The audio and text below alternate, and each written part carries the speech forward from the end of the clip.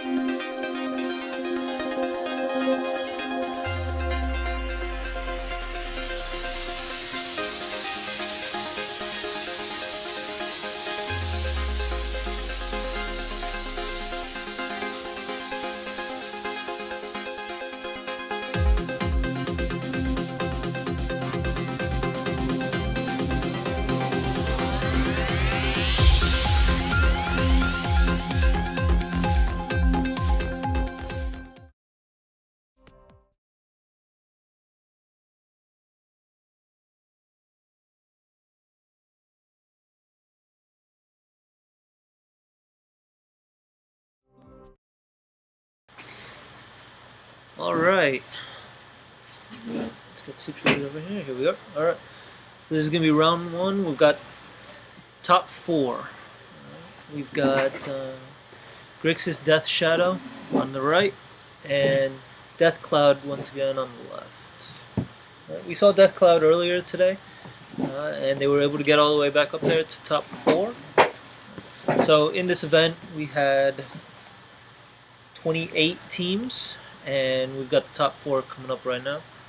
Top 8 does get payout. Top 8 does get the payout, but because of the size of the event and logistics, we decided to only feature the top 4 matchups. So I think here is this a Thoughtseize or an Inquisition? Okay, got an Inquisition coming up from Death Shadow. So he bolted himself with a Scalding Tarn and Water Grave to cast Inquisition. And I see Lily, Obnixilis, Eternal Witness. I can't tell what that other card is. Yeah. Could be another Eternal Witness, but it doesn't look right. No. Might be a Utopia Sprawl, actually. Yeah, I think that could be a Utopia Sprawls. Yep. And an Inquisition. So he takes out the Inquisition, what looks to be a second Utopia Sprawls, because he already has an Oot Sprawl on a forest. Correct. Looking like he named Black. Yep. So Omar. Alright. So now it's Andrew's turn. I wonder how this matchup would turn out. I'm sure both decks are a little bit on the attrition side. So I am gonna see like discard effects playing a big part. Yeah. The thing that I do see that's counterintuitive is that the shadow needs to stick the shadow on the board and kill with it, whereas the Death Cloud wins with like walkers. Yeah, I mean you've got walkers, you've got a more control aspect with Death Cloud deck, whereas Death Shadow is just kind of pushing itself forward, trying to get itself, stick a creature and start swinging in. Which is, it's gotten them this far, so that's definitely good. Andrew known for working with brewers and or brewing decks himself and doing very good with them. I know one of the last big events he played in, he played a white-blue Stoneblade deck. Yeah, he played a white-blue Spirit Stoneblade deck. Yeah. With 4 Judges Familiars, 4 Mausoleum Wonders. And he likes taking these little fringe decks and just seeing what he can do with them. And he's just such a naturally good player that it works out in his favor. Alright, so Andrew put another Utopia Sprawls on Overgrown Tomb so that he can cast a Liliana. Yep. Is he ticking up? He ticked up. He ticked up, yep. Again, you don't have any creatures on the other side of the field, so it's perfectly fine. Yeah. And Liliana is definitely one of those threats that Death Shadow needs to deal with. They have a finite number of creatures. Yep. Their main win condition is creatures. Getting Liliana up as high as possible is great because then you could just sit there and once a turn, minus, minus, minus.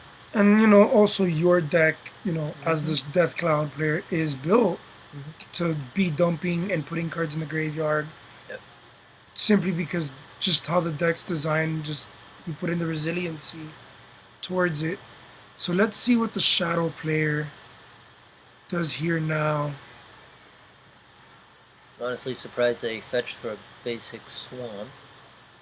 Yeah. Especially when you're trying to get your life totals low. He probably has a fistful of lands as well. Not sure. But I wonder why he did. He maybe he's fearful that Andrew's playing a Blood Moon. Yeah. Oh, So we no. saw a uptick and a discard of a Obnixilis and a basic island. Yeah, it seems like Omar is good on lands, so he probably decided to take it easy Yep. and get a swamp. It's not always the right move, I guess, to bolt yourself with lands, but Agreed. well, maybe there was a reasoning in his deck that we just aren't aware of. Yeah. Again, if he doesn't have the Death Shadow Exactly, it's just at the moment, then it's not worth just prematurely going low. yeah. Probably thinks that that Andrew has maybe like prime time in the deck. So here's the namesake card, Death Shadow. If you aren't aware of what it does, it's a 13/13 for 1, but there's a drawback. It gets -X where X is your life total. Right. And we just see it getting abrupt decayed right off the bat.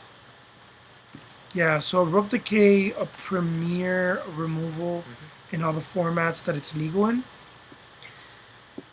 Yeah, the fact that it's uncounterable and it destroys any permanent, it's not just a creature. Yeah. Convert mana cost 3 or less.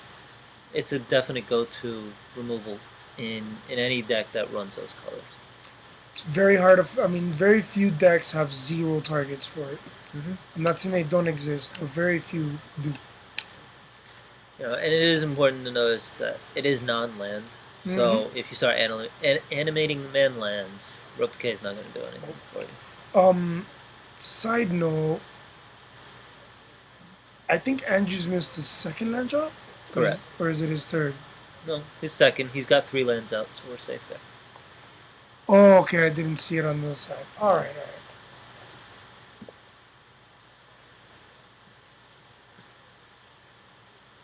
Okay, so let's see what Omar can do to fight himself out of this.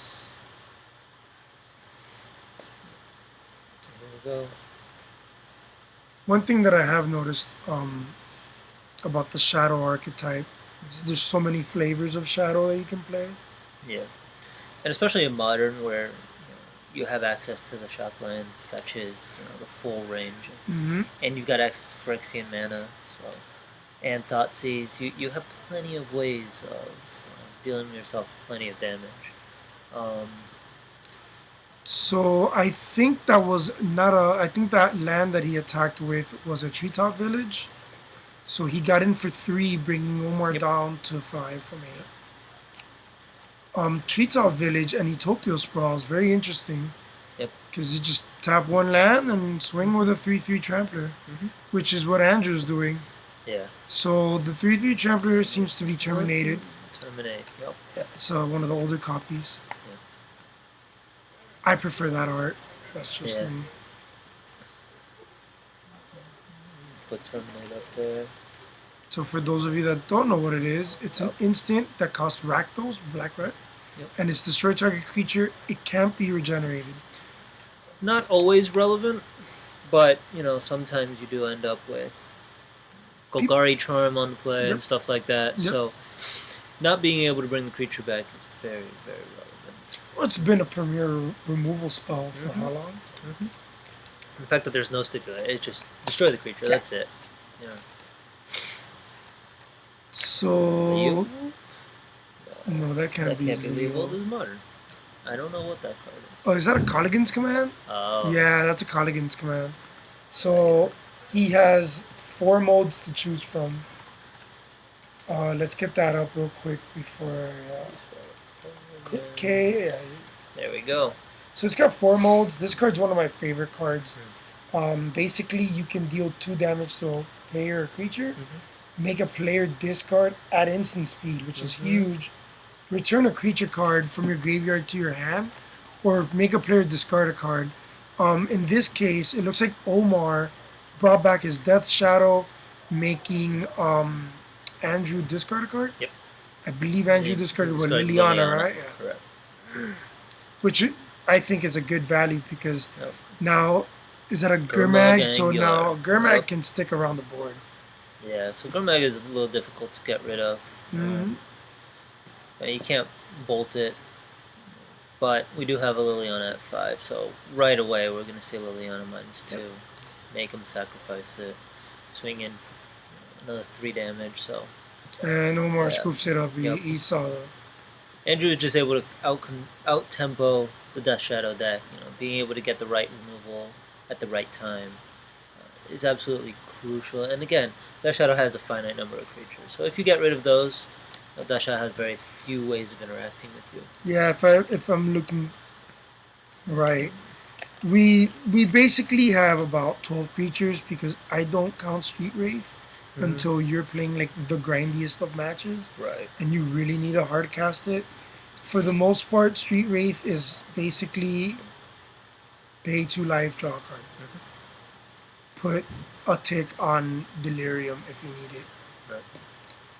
Now for sideboards, anything out of Andrew's deck that you think might stick out?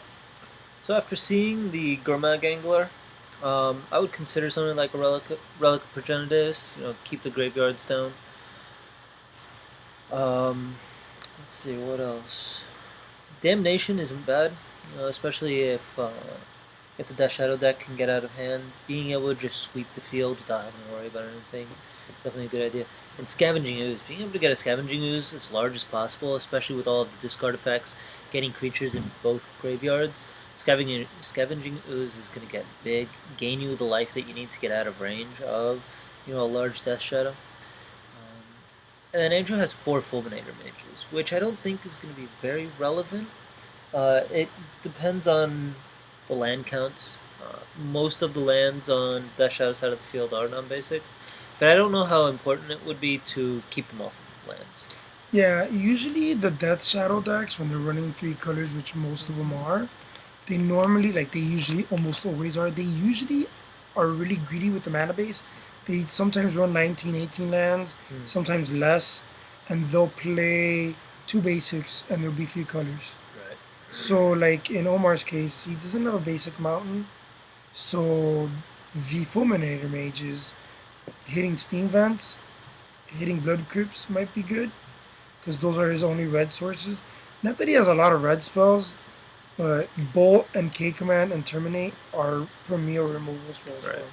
In his sideboard, though, he does have Stubborn Denial, which I think is really good. He also have Collective Brutality, which it hits Death Clouds.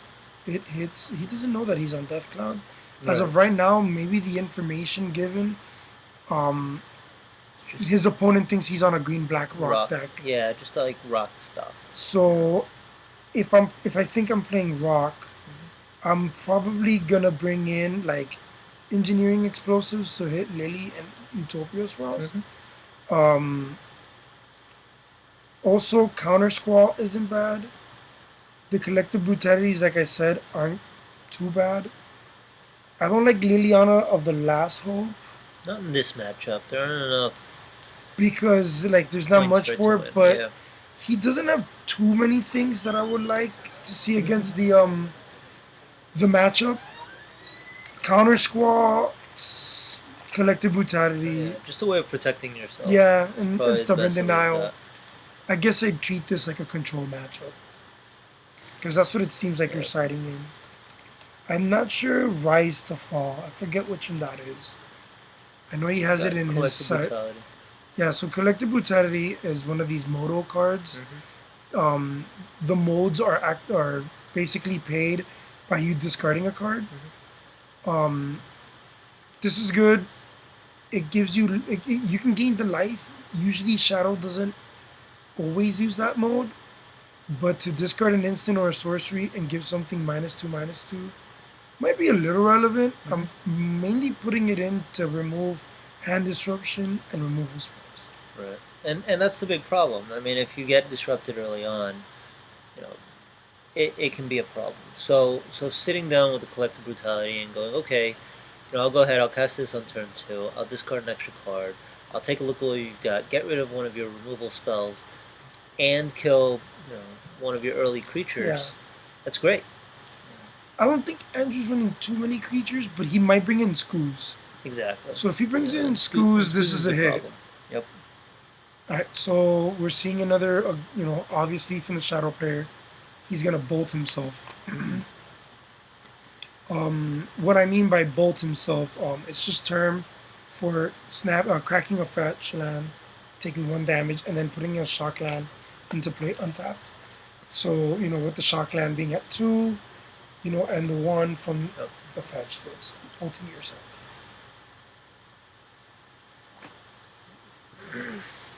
We'll see. The Thought C's coming out. I mean, if you're Ormar, you gotta sideboard out a couple removal spells because you didn't see any, but you still don't know what you're on. Right. So did he remove Fatal Pushes? I would remove Fatal Push. I'd absolutely keep Lightning Bolt. Yeah, but we're going off of Culligan's the in. information. You would take them out? I mean, it would either be take out the Fatal Push or take out the Terminate, but I would leave something in there, Not knowing, because you didn't, knowing yeah. that, I mean, Fatal Push does take out Treetop Village, which is what won him the game. Yes. And while Terminate does as well, Terminate's 2 mana. And 2 colors. And 2 colors, so you wanna be as efficient as possible here. Alright, so he's gonna shock himself again to Thoughtseize. Andrew's got a Skoos, which he did bring in, Kitchen a Finks, Force, I and a believe. Kitchen Finks. Oh.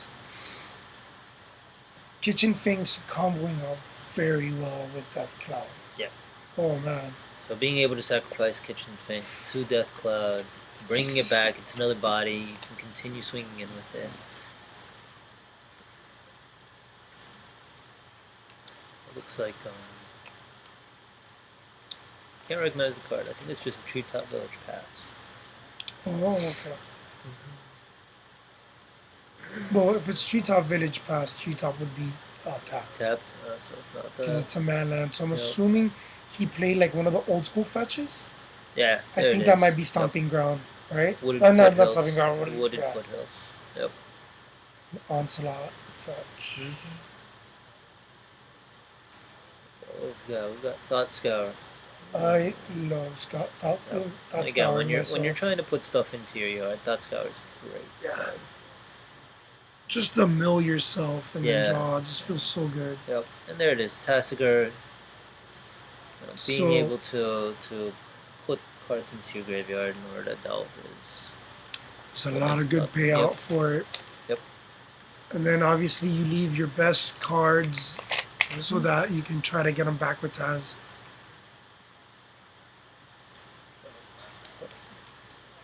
Tassiger is one of those cards that There it is. makes you want to be in the like black-green coloring for a lot of decks, and it could be some of the good reasoning to be in Grixis. I got a lot of friends that favor the Grixis build.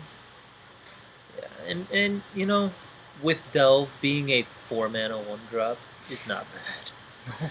No. It is a body. It's 5. It's got a 5 so that means that you're not going to be lightning bolting it. It's going to take very special removal to get around. Kino, it goes around Fatal Push, one of the biggest, Correct. most used Yeah. removal spells. now. Even with Revolt, Fatal Push only hits 4. Yep. At highest. So being at 6 mana keeps it alive. If I remember correctly, I don't think Andrew plays Fatal Pushes, right? Let's see. Yeah, no, I don't Nope. believe We Andrew. don't have Fatal Push, but So- what we do have is Up Nixless, Yep, that is. Maelstrom Pulse, Yep. Slaughter Pact, Damnation, and Death's Andrew, Cloud. smart move out of Andrew playing certain removal spells. Yeah, he tries not to limit himself. He tries to get catch-alls so that he doesn't have any dead cards. It's good technique.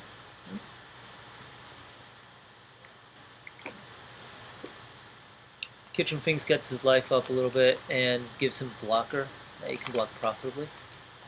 We've got that Death Shadow. There we go. So the 3/3 Death Shadow. So there we go. We got the crack. So that makes it a 4/4 Death Shadow. Keeps the Death Shadow alive. The Kitchen Finks will die, but with Persist it comes back. We're safe there. One of the top uncommons. If anyone would do a top 10 uncommon, Yeah. it's got to be in the top 5.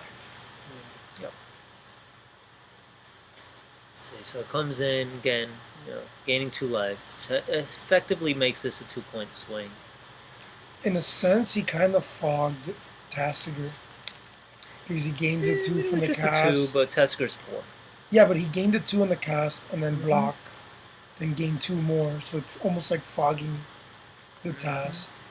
Because Taz, 4 damage, gained 4 life in total. And here it is. This is the Relic of Progenitus. And again, when you're expecting Delve, Relic of Progenitus is great. You exile both of the graveyards and you get to draw a card.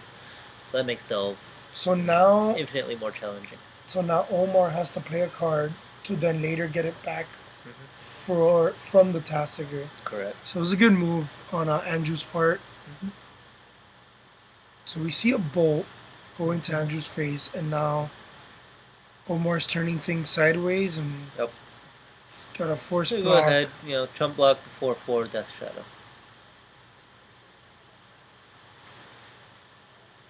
So this is not, a very favorable position, but again, with all of the removal that Andrew has, and he does have sweepers as well, Andrew isn't out of the game yet.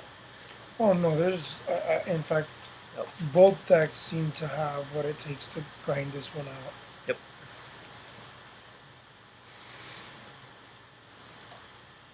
Now, again, we do have a live Treetop Village available to chump block again. He's not completely out of the... So here we go. So this is Treetop Village here, and again, that's a 3/3, which is very relevant. If you're Andrew, are you taking out Death Clouds in this matchup? No. No, you again, Death Shadow has a finite number of creatures. Yeah. Okay. And you're running Planeswalkers, you're running Manlands and stuff like that. So you can afford That's true. To do those types of trades. Oh, no, yep. The Snapcaster for the Lightning Bolt to get rid of the Treetop Village as it activates. The 8 points damage gets in. Yep. Alright, so that's game 2. We're going to see 1-1, so let's see. The sideboard plan seemed to be working out for both of them. They both saw sideboard cards, which is very relevant. And I think that what we're going to end up seeing here is maybe adjusting the sideboards a little bit based on whether you're on the play or on the draw. I don't think Andrew needs to. He's got all of the cards that he needs. But coming up on the draw for the Grixis Death Shadow deck, if they brought in any of their counter spells, I'd take them out. Yeah, I don't like the counters. Yeah, right now. Do you mind looking up Rise to Fall? Because I forget what that card does. Let's do that. And it might be a relevant card. I mean, if it's go. Oh, it's an older split card. Yeah, so it's an old split card, Rise and Fall. Turn target creature card from the graveyard and target creature card on the battlefield to their owner's hand. So this is a great way of getting rid of a blocker potentially and returning a Death Shadow or some sort of creature that was destroyed early on. Alright, so he probably brought those. He should be bringing those in. I don't like the counter spells in this game and game 3. Yep. Definitely not on the play. If you're on the draw, I'm sorry, not on the draw. If you're on the play, you can afford to, bring in the Stubborn Denial. Keeping them from being able to play on curve is super relevant.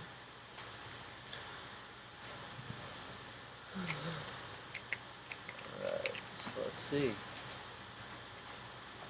Alright, Andrew's presented, so... Hey Chris, how's it going? Not bad.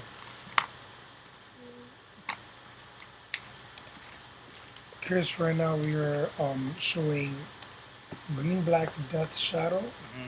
versus Grixis. I'm sorry, Green Black Death Cloud versus Grixis Death Shadow. Is this game 3? This This is is moving on game to game three. 3. Yep. And it's come down to who has the removal. Yep. Yep. Which is Dice to absolutely the way. removal. Dice to removal. Yep. They all do. On both sides of the field. Now, what's interesting is that we get to see that's the first game we've seen Andrew lose on camera. We've had him twice. It's first time around 2-0. So now we really get to see if what this Death Cloud deck can do on one of the more trendier, popular decks in Modern, which I think is Shadow is one of the best decks in the format. That's what I've been hearing. I'm not familiar with format in the competitive sense, but that's what I've been sort of led to believe. Especially when you can have various flavors of it. There's been Soul Tide, there's been 4C, there's been Abzan, there's been Grixis. I've even seen a 5-color Shadow deck that just ran no basics. I think they ran a Swamp. Yeah, you I need think that that one was Swan. I think that was the only basic they ran in the whole deck. So we'll see. They're determining whether they want to keep or not. In these attrition matches, just mulling down can really hurt because we both know both decks are winning this card.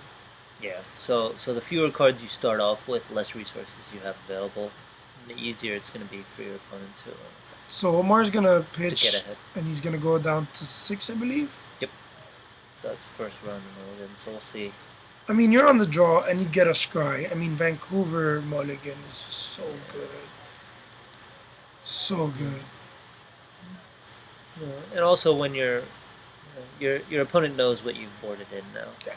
So and you have changed up your board, but now you need the right cards. You're going into game 3. You don't have a game to give. And you're not crawling from behind. But you know what your deck does, and you have a good idea of what your opponent's deck does. You know what cards you need.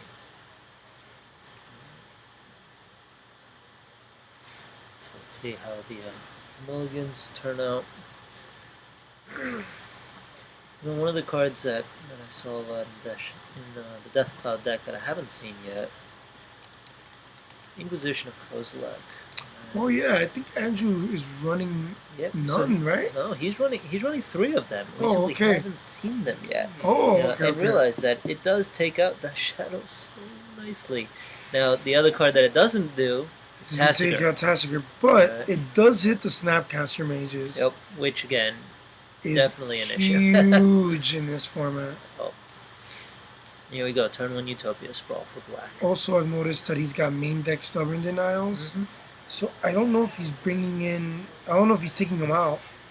Again, I would take hope him so. out. Yeah. It's definitely not a card that's going to be good on the draw. You're always going to be playing from behind. Very rarely are you ever going to get the opportunity to, catch your opponent playing on curve ahead of you. Yeah, I don't think the ramp deck is gonna be force spiked very easily. Not easily. Alright, so from Andrew's side we got some things going on. He Utopia sprawls a forest named Black. What's this that he plays? Do not know. Let me see. He played something.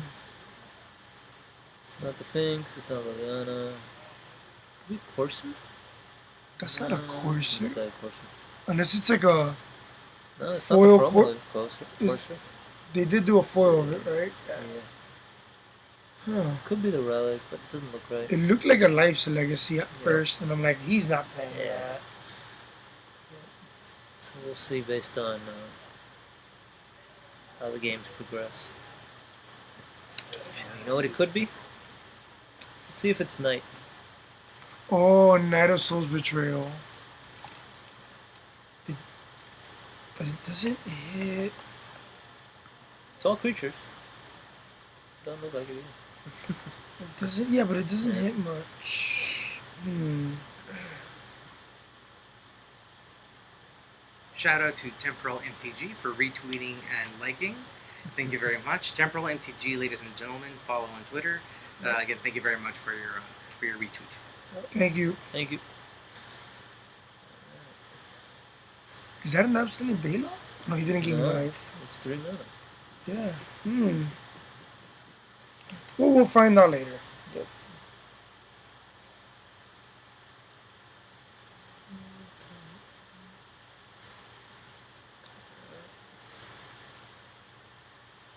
So he's putting down a Watery Graves. He's got a nice stacked graveyard, so I'm expecting to see something like a Tassiger or Gurmag Angler, something to pay off for all this delving. If not, he's gonna just Shadow for one. It's not a Soul Knight's Betrayal, because if not, Shadow would be dead. So we can roll that out. Currently a 1/1 Death Shadow. We all know that that will change rather rapidly.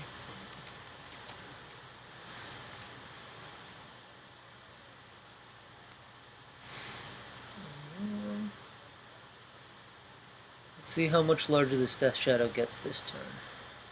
Alright, so he's Got another playing fetch one of the land. best cards for the Death Shadow. Yeah, a fetch land. Some sort of creature.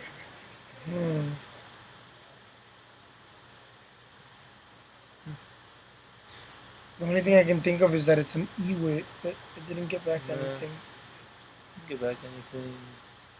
Notable card, important for this matchup. We spoke about it the last time Andrew was on camera, is Primal Command. Yep. There's a reason why it's very important in this matchup. It allows you to choose 2 modes. There's 4 modes on the card, but the 2 relevant ones are usually the 2 that are not always used, which is a target player gains 7 life, which will shrink the Death Shadow. But then the other mode is to shuffle your graveyard into your deck, which even though he's not on like a green build, Right. if he was, it would shrink Goyf. Correct.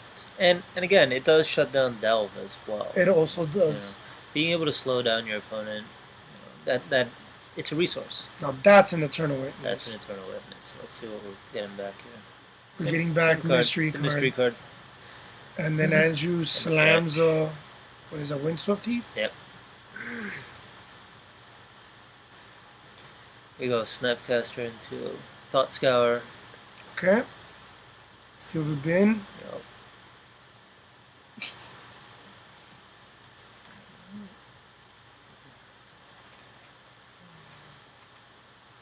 Here we go. We got 6 mana, 6 power swinging in. That Death Shadow is currently a 4/4. 4/4. And we got a 2/1 Snappy. So Andrew seems to have blocked the Shadow and taken 2. Yeah, you gotta mitigate damage here. You know, the trade would be great, but you can't afford to take the 4, especially with a fetch land up. You could take up to 7 damage right The only there. scary thing is that the Shadow deck can just pitch a bunch of street rates, so you have to block it. Yep. If not, you could just get totally wrecked. Yep. Also, we don't know if, like, at least the opponent doesn't know, but we don't know if he brought in a 1-of Timber Battle Rage. Yeah. Not saying that it's the card to bring in, but we don't know if he brought it in or not.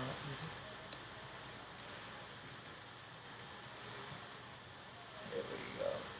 Being able to give a creature double strike and trample is a big deal. You know, and especially even if you do block, you gotta keep the counter mana up or some sort of removal. Yeah, most Shadow decks run it as a 1-of, as like a surprise, like, oh look, I won. Right, especially against the decks that can, just continue putting out critters that will just chunk block for days. Being able to give a creature trample is beneficial. And now we have a Gurmag Angler for 1 mana. Yep. So we have a 5/5 wall. Notably, this could hurt the Shadow deck. We have what? 5, 6 mana? Is that 6 mana or 5 mana? 1, 2, 3, 4, 5 mana up at the moment, but we've got Damnation coming out of Death Cloud, and Even Death Cloud, let's bring that one up for Death you Cloud guys. If we get can- another mana, Death Cloud can wipe that entire field. It's getting very close. I mean, Andrew can There we probably go. play another blocker right now to buy him a Mhm. turn. He does still have the Treetop Village. Yeah, but he wants the treetop. Like he can Yeah. block Snapcaster. Mm-hmm. But he really, really wants to get to that magical 3 mana, well, 6 mana to get the Mhm. 3 cost. Yep. So yeah, Death Cloud is it's one of these weird cards. It's definitely a build around, Mm-hmm. because again, like most cards with the word death in its title, it kills yourself very easily, but it kills your opponents too. So there's the land. Grave And we Titan. just windmill slam a EDH and legacy playable. Love this card so much. So here we go. This is one way of getting plenty of bodies out onto the Yep. battlefield, and it does very well with Death Cloud as well, because as you get more bodies, you're sacrificing your sack 'em. tokens instead of your relevant creatures. Notably, it's a death toucher. Yep. And also, I mean, like just in case if the shadow gets bigger, Mm-hmm. this will trade. Yeah. No matter how big that shadow is. Also, giving you 2 more zombies on the attack, huge, because you can just leave back blockers now. Right. So not only can you leave back blockers, it also forces the Death Shadow player to sit back and contemplate: can I afford to swing in? If he Exactly. blocks profitably, he can swing in and kill me on the crackback. So we're gonna start seeing a much more defensive play coming out of Omar now. Yeah, I would probably say that the definitive point of Game 3 will be because of this Grave Titan. This is where Andrew should be able to stabilize and turn the corner. So he gets not scoured. So what that tells me is that chances are Omar may have taken out Tassiger, or he's not expecting to see it. See, that's how he's not fueling his own graveyard. Okay. The other side of that is Andrew only has 3 cards in hand, and what I'm thinking is that Omar is hoping that maybe he'll mill his value. Yeah, he'll mill his value cards, get him out of the way. Also, Omar probably has a good number of spells that he would want to call back. So he probably felt that what he had was good enough.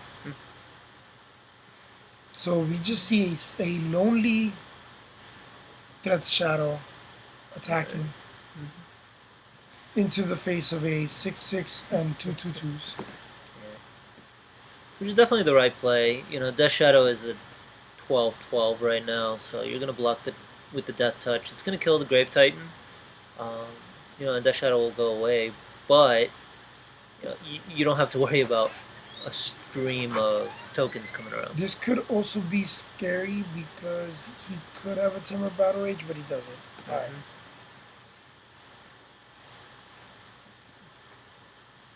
Another hook. There you go.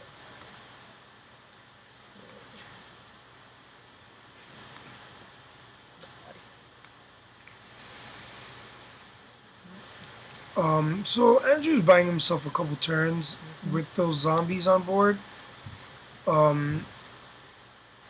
He's probably just dying to rip a damnation by now.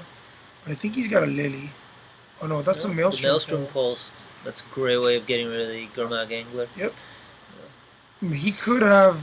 Did he bring in Stubborn Denials? Oh, he kept them in. So he Stubborn Denied the Maelstrom Pulse. Yep. So he did keep in the 2 Kept Stubborns. in his counters. Yep.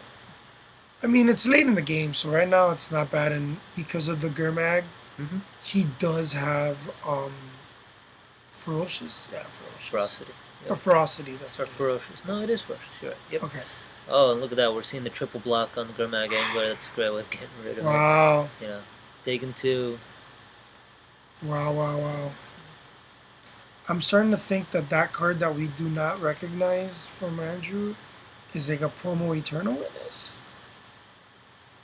Because it... Well, it's a 1/1. Is it a 1/1? Almost certain it's a 1. Okay. So I don't know what it is. So let's see what we've got coming on this side, no, there's Street Wraith on Omar's side. Did he just Another Grave Titan. He hard casted a Street Wraith? Yep. That's funny. The one thing I said that never happens. So another Grave Titan out of Andrew's hand, top deck probably. Yeah. But that seems really legit. Yep. Does Street Wraith fly? No. Not that I can Then why remember. didn't he block? Let's see here. Street Wraith has Swamp Walk. That's why he could not block. Relevant. Nope. So he has. So Taking that's an unblockable 4/4.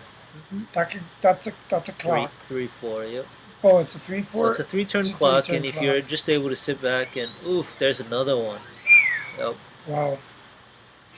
So we're definitely going to be seeing a very interesting. So this is a 2-turn forward. clock. Yep. So we've got a 2-turn clock on the field right now.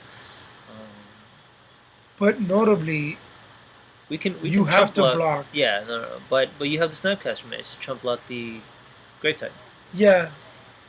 But wait, what did he just? Double activating the Treetop Village. Ooh, we didn't count that. I thought there was only one treetop. Yep. Yeah, so that's GG's. Double activating the Treetop Village will definitely get you in there. That's the rest of the damage that you need. Yep. Like us, we totally missed that. That was definitely really an interesting matchup there. You know, you've got both decks playing attrition, both decks playing, a little bit out of the graveyard. A Death Cloud, though. Yeah. You can switch it now to you guys alone, highlighting your commentary. There we are.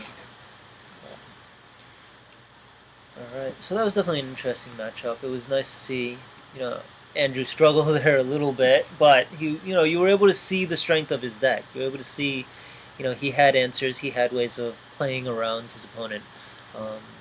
But Death Shadow is definitely strong. Being able to handle large creatures, even if you're just triple blocking a Gurmag Angler, definitely shows the strength behind Andrew's playstyle. Yeah, Andrew's definitely someone known for playing the innovative brews, trying to get good meta calls in. I know for like a few weeks he's been working on this. I wasn't sure exactly what he was working on, but I know he was working on something around this area. People haven't seen this deck pop up in a long time, so right now it's good to see certain decks popping out of nowhere. People are getting surprised by it. Like this weekend, there was an Infect deck being played at one of the opens, doing very well. Right. People were surprised. Here we have a Turns deck that did very well today. People were caught right off, like they were just surprised by it. So Andrew's basically attacking people with surprises with a Death Cloud deck that plays like a rock deck. Right. And right now, removal seems to be very good because people are playing 12 creature decks because they're Death Shadows or what have yous, and this is just getting there.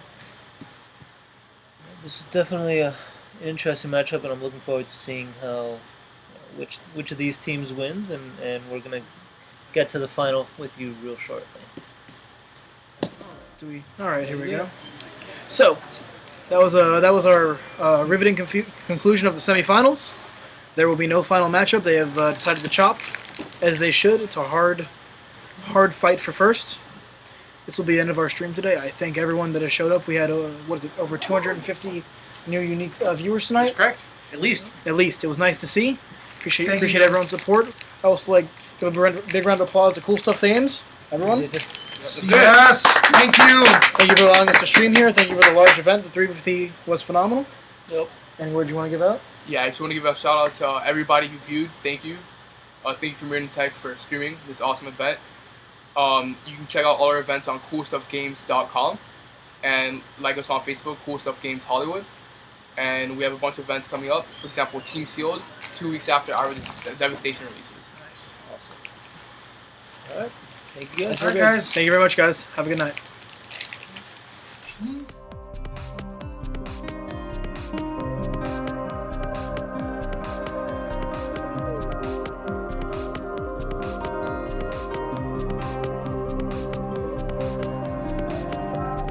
Welcome to Trance from Studio 5 HT.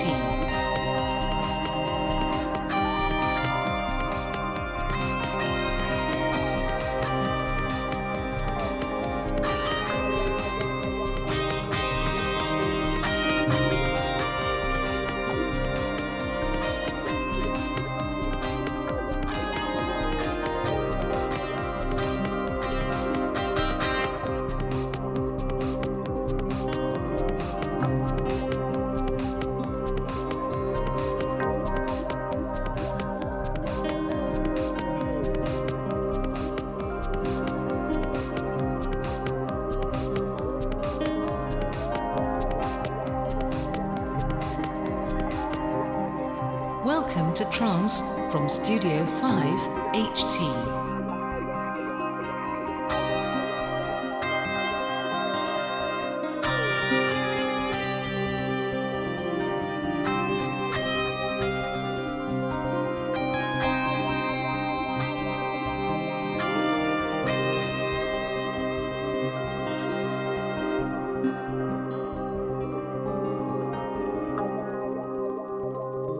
Welcome to Trance from Studio 5 HT.